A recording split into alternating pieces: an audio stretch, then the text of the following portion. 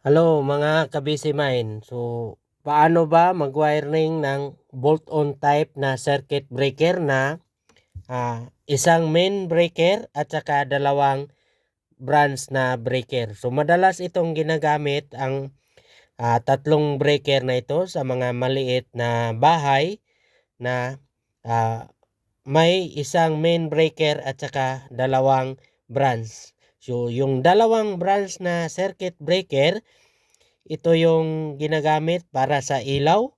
Ito yung isa, ginagamit yan para sa mga outlet. So, ganito ang setup kapag ang circuit breaker ay bolt-on type na walang busbar ang panel. So, ang gagawin diyan, mag-jumper lang tayo ng wire. So, halimbawa, ito yung main breaker.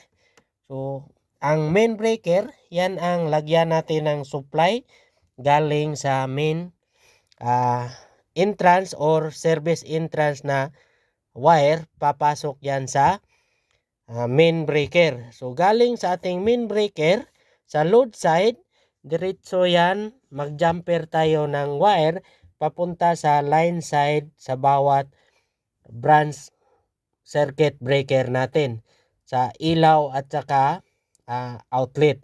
So ganyan ang pag-wiring niya. So napaka dali lang gawin ito. So ngayon, para malaman natin na gumagana ang ating demo para sa isang main breaker at saka breaker ng outlet at ilaw. So ngayon, subukan nating on ang ating supply para malaman natin. Yan. So yan ang main supply. So i-testing natin kung may power na ba yan. So, may pang testing tayo dito. So may supply na ang ating main breaker. So bago yan makapasok dito sa ating branch breaker, so dapat maayos ang pag-wiring natin sa ating branch na breaker. So kung makikita natin ang flow, load side sa ating main breaker, papasok sa line side sa ating mga branch breaker. Dito na naman tayo sa load side ng ating branch na breaker, mag-wiring papunta sa ilaw at sa mga outlet natin. So ngayon, subukan natin ang circuit breaker ng branch breaker natin.